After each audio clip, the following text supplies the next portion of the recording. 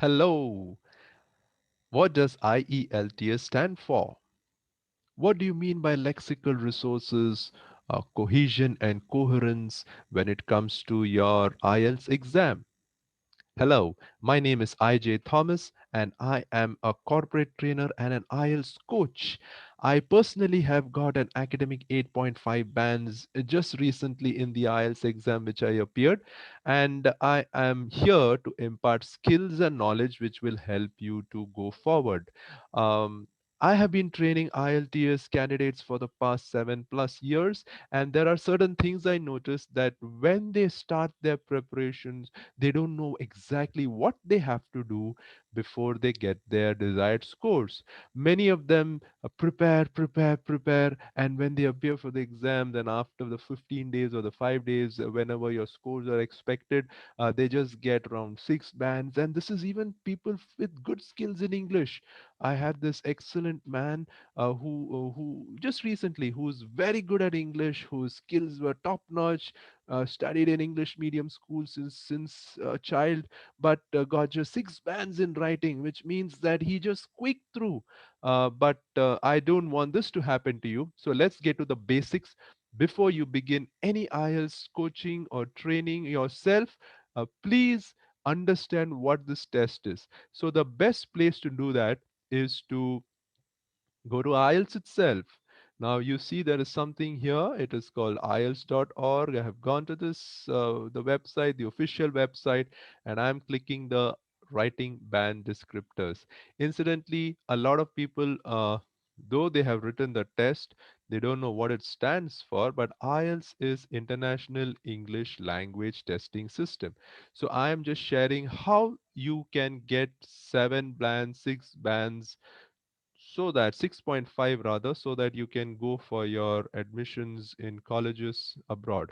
Now this is the writing task one, band descriptors. It's the public version. Something similar is what the examiners use, but as you know, bands means what is the proficiency of a candidate who is appearing for this exam. For example, if the bands are from 0 to 9, they are based on something called CEFR, Common European Framework of Reference for Languages, and these bands show, this is good for universal for any language, but it shows what somebody should be able to do when they are at a level of proficiency. It starts the highest proficiency one where you're a native user, and even if you're a native user, you can make mistakes. You know, I got an 8.5. I could have got a 9, but they saw something in me which was a point 0.5. But that's okay. That's still considered to be a C2 level, which is a native user. But you want to get somewhere around this level between 7 at least and a 6. So what do you do to get a 7 or a 6.5 bands in, I would say 7 bands in IELTS? So the first thing that they are going to do when you do your writing task 1, be it an academic or a letter, they are going to check it. And after the checking, the IELTS examiner doesn't mark anything on the sheet of paper that you write. They have those scores there, and I'm just opening it up. So if you go to the IELTS answer sheets, yeah, there's been a recent change, so it looks new and different nowadays. But let me see where it is. Reading answer sheet. So I should maybe mark down writing answer sheet.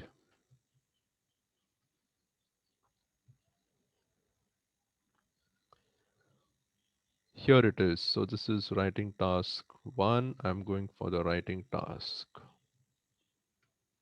1 answer sheet.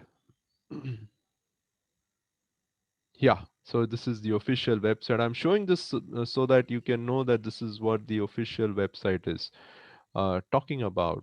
But when you write your IELTS exam, this is how the answer sheet goes. There are 40 lines here if you count them. But once you enter the exam, before you write the test, you will have time to fill this. Your writing task time doesn't begin doesn't include filling in this. They will give you time, so you write down your candidate name and all the details, whether you're academic or general. And yes, please use pencil, because if you're going for the paper-based test, speaking for the paper-based test. If you're going for the paper-based test, then these things are important. I suggest the paper-based test because it gives you some extra time when it comes to listening, and also you can erase things, you can make things, writing on the computer. Even though I'm pretty good at it, you'll need to be very extra careful, because you'll need to practice on notepad of your computer, not on a word or any word document which has grammar, or which has any type of spell check there. So that's something else. I'll come back to that somewhere else. You can stay in touch with me if you want personalized information. But if you see this, the IELTS paper itself has these kind of codes, which the examiner is going to put in marks. So, like I said, they won't mark anything here. There are two examiners who are coming. Examiner one will check your paper, and they have their own examiner code and their candidate number, because this is thoroughly checked. And then you have they start marking you on various parameters, which is TA, CC, um, then you have LR and GRA. So remember this: TA, CC, LR, and GRA. Additionally, there are some penalties also which you need to be aware of. For example, if you're writing anything less than 150, they will know it, and it's an underline. They would count the number of words. Not they're not doing it every word. They know exactly how much words you're writing. But remember all the words you write, including the a and the the's, everything. Multiple entries are there. There are penalties there. If you go off topic, there's a penalty.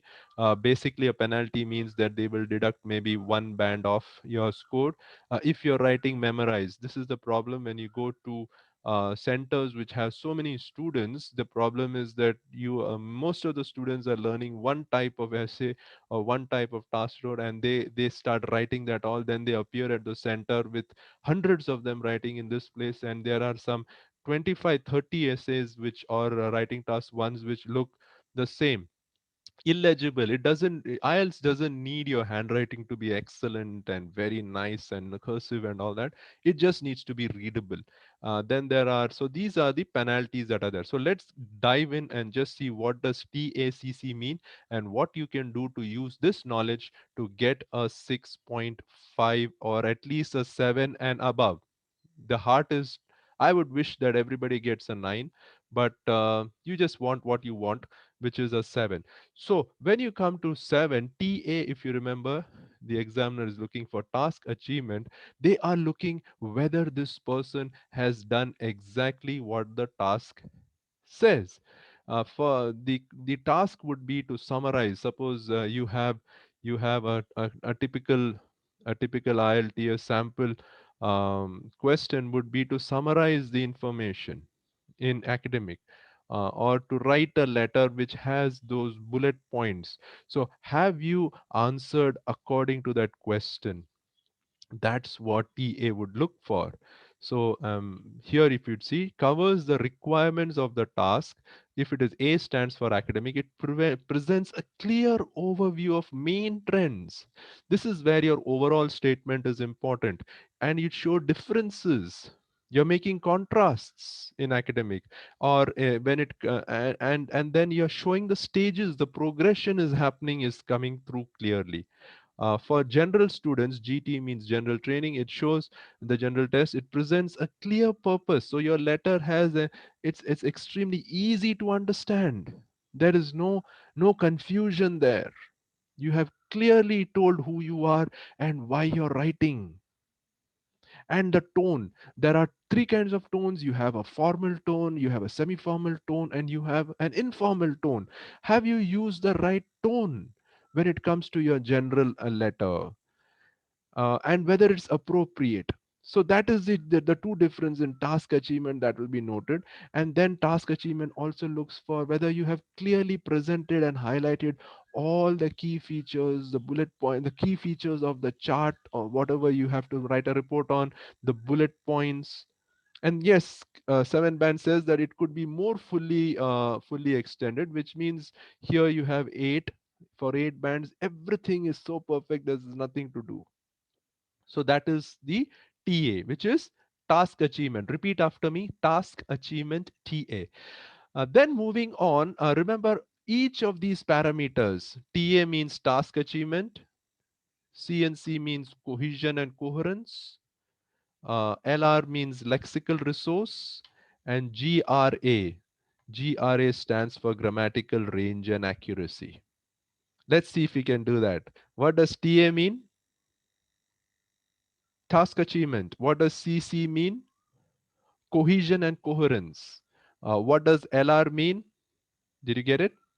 Lexical resources. And what does GRA mean? How many said grammar? It's not just grammar, it's grammatical range and accuracy. So each of these parameters have nine bands. So if your TA is great, you will get a nine band here. There's nothing wrong. If it is kind of little like it has some challenges, then maybe seven. If you go totally off topic, then it becomes a 5.5 band. They don't do anything more. They just see that, oh, this is not going to work, five bands. C and C is cohesion. So every parameter has nine bands, LR and GRA, and then they will average that, and that's your writing task one score. So let's go back to what does C and C mean? Cohesion and coherence. So cohesion. Suppose you're having soup. Imagine you're having dal in India, wherever if you add a lot of water, it means the cohesion is less. The thickness of that is less. So they are looking, IELTS is looking that you write in a way where you don't need to use too many words to get your point across. The reader knows exactly what you're telling in the limited and budgeted use of words which are impactful and powerful. So that's what coherence and cohesion means. And let's read what the IELTS itself says. It says that coherence means logically organizes information and ideas. So in task one, you are logically progressing, and there is a clear progression throughout. So you would begin with the primary steps, then you would talk about what is happening when it comes to that same primary step, and then you would move to the secondary data, and you will look out to that odd data, the outlier, which is different from all the other ones. So that is coherence and cohesion. Coherence means how easily you are understood. Cohesion means how tightly and nicely packed your writing is. Right? Just imagine that it's like a soup. How nice and thick. Would you like a thick soup or a weak soup, a thin soup? A thick soup gets greater scores. So similarly, uh, it says uses a range of cohesive devices. Cohesive devices are grammatical terms which join sentences, which make them nicely sit together. So you would use contrastingly in addition to, you would use in writing task one, but all these conjunctions, all these words that gather all your sentences together are called cohesive devices. And sometimes there may be an overuse. You may be say contrastingly, things like that. The writing should be natural and free flowing so that IELTS can give you the bands. Now, host, even though you don't get this, even if you kind of miss out, and this is a place where most people slip on coherence and cohesion, because the essay is too long, or the writing task one in this case is written in a way where it's just haphazard. It doesn't fit in, and that's why some people who are great in English, they start getting scores which are 6 and 5.5. So that is CNC, cohesion and coherence. Then comes lexical resources. Can you repeat after me? Remember, you're aiming for a 7 band.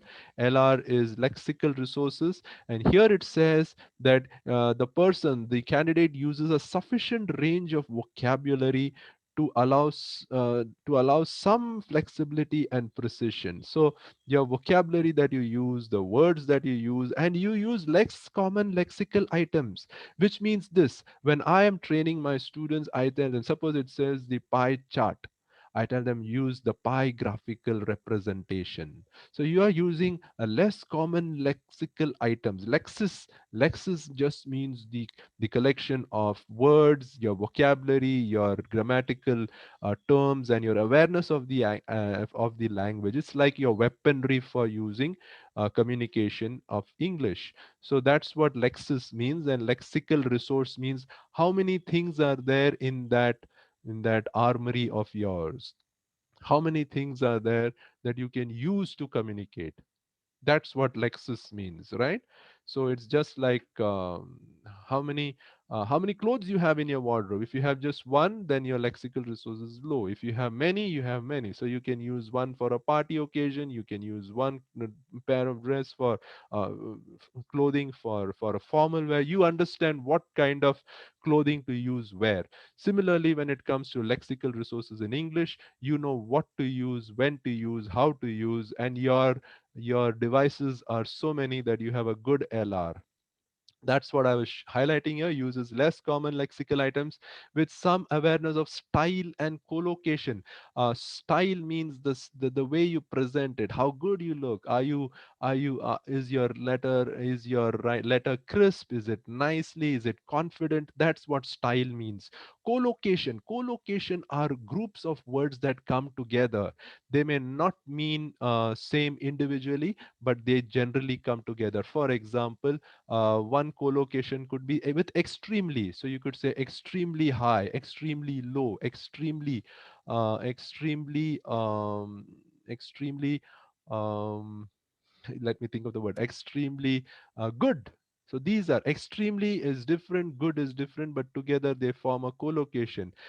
Every English story generally begins with a collocation. And what's that? Remember when you were in school, you used to learn stories with a collocation. What's that collocation? Yeah, once upon a time. See, words that come together, generally frequently seen together. Word families also they are called collocation. IELTS, coming to the next bullet point, IELTS acknowledges that you may produce occasional errors in word choice, spelling, and formation. Even spelling mistakes, they are accepted. They say, okay, we give you a 7 bands because we know that occasional errors are there, right? But we won't penalize you too much. And that's why I think IELTS is a very balanced test. In it really shows a measure of a skill of candidate. It doesn't look to penalize you for what you've done wrong. It looks for what is positive in you and keeps shooting you up, keeps giving you those bands which reflect to your best level and your best ability. So I really recommend this test. Coming to grammatical range and accuracy, remember, it's not just GRA doesn't mean just grammar. Let me show you here. See, GRA. So remember, everything gets 9 bands. So you may be very good at your task, uh, task, uh, task achievement. Your TA may be very high, but maybe you're making so many grammatical errors. So your GRA could be 6, and then the whole average happens, and then you could get your scores. So coming to GRA to 7 bands, you use a variety of complex structures. So this is important. You know, you need to have your writing to have complex structures, means it would have one or two verbs in the same sentences. You would have complex sentences. So you could just say, extend your sentences to include information so that it makes it more complex. And then you could also look for, or most of your sentences are without errors. That's a 7 band GRA. And then you have a good control of grammar and punctuation. Punctuation, very important. A lot of people make many errors. This is a common errors I've seen. People whose language skills, where English is not your first language, their punctuation errors are usually like this: after a comma, they use a capital letter, which is wrong. Every comma is followed by a small letter word. You use a small letter, unless, of course, it's a proper noun. Similar errors are how you write F. I've seen a lot of people when they write F, The F looks like a capital F, when actually when you're writing a small f, the F should go below the line, and the tittle, the stroke, should be on the line F. So there are so many errors which are common like this. But hey, there's so much more we can talk about this. I am IJ Thomas. My I am, I am just here to help people, and I don't want you to make these common errors. I don't want you to go to the test and find out what does it mean. I know a lot of people, they do the test, they don't know even what does IELTS mean. So remember, it's International English Language Testing System. And then what does GRA? All those. Know your test. Know what you should do so that you can go higher. And my contact details are here, +91. You can stay in touch with me anyway. WhatsApp text is best for me. Or you can connect on me on my website, or there are some, we have some free groups which help you in your language skills. But I also have paid classes. Stay connected and do a good job. Signing off, IJ Thomas here.